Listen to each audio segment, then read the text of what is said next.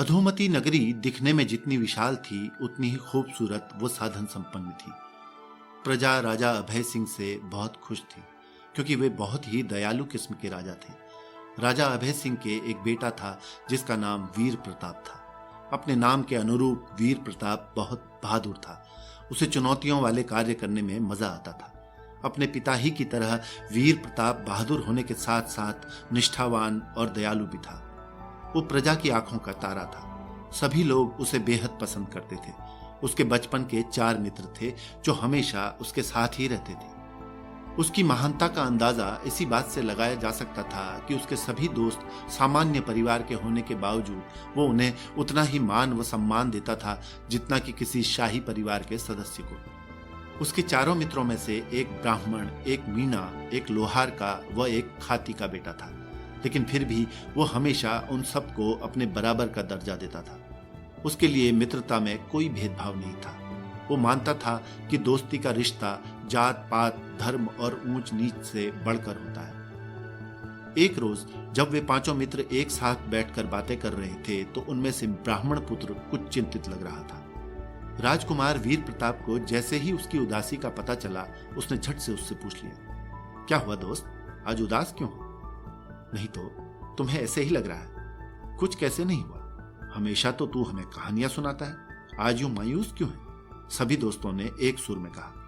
अब क्या बताऊं आप सबको, मेरे पिताजी ने मुझे पांडित्य विद्या ग्रहण करने के लिए अहिल्यापुरी जाने को कहा है। क्या, ये अहिल्यापुरी कहाँ है? राजकुमार ने कहा, यहां से 200 मील दूर।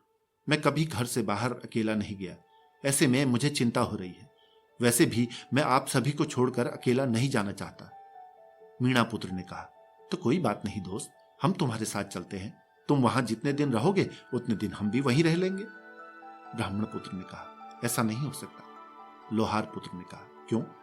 ब्राह्मण पुत्र, क्योंकि जिस आश्रम में मैं शिक्षा ग्रहण करूंगा उसमें किसी अन्य को रहने की अनुमति नहीं है। ऐसा है क्या?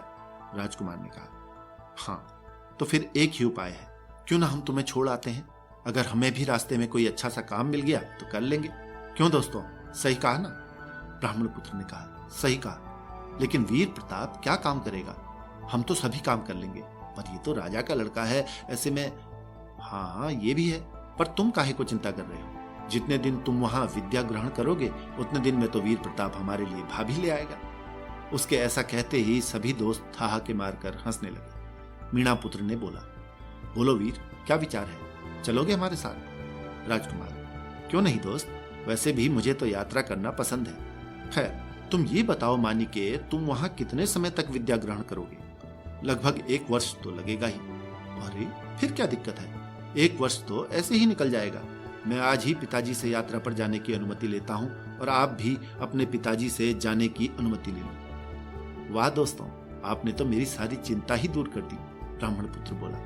सभी दोस्तों ने ब्राह्मण पुत्र के कंधे पर हाथ रखकर कहा, अरे ये क्या बात हुई, हम तुम्हारे ऊपर कोई एहसान नहीं कर रहे, हम तुम्हारे साथ जा रहे हैं क्योंकि हमें भी जिंदगी में कुछ अनुभव हो जाएगा।